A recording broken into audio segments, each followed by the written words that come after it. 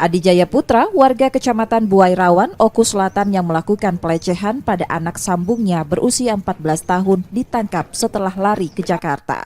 Perbuatan tersangka terbongkar setelah istrinya melaporkan perbuatan tersebut pada polisi.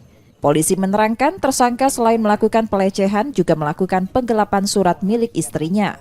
Bersama tersangka, polisi menyita surat-surat yang dibawa lari tersangka. Dua kasus yang kebetulan dilakukan oleh satu orang tersangka yang sama. J itu kita tangkap di wilayah hukum Polda Metro Jaya, yaitu tepatnya di daerah Kebayoran Lama, Polres Metro Jakarta Selatan atau Polres Metro Jakarta Selatan. Kasus ini dialami oleh korban AH yang mana dilaporkan oleh ibu kandung korban dengan inisial NT, di mana pelaku sekira bulan Desember 2021 mulai melakukan perbuatan asusila terhadap anak tirinya. Jadi pelapor.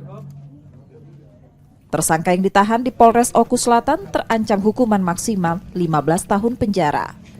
Setia Budi, Kompas TV, Ogan Komering Ulu Selatan, Sumatera Selatan.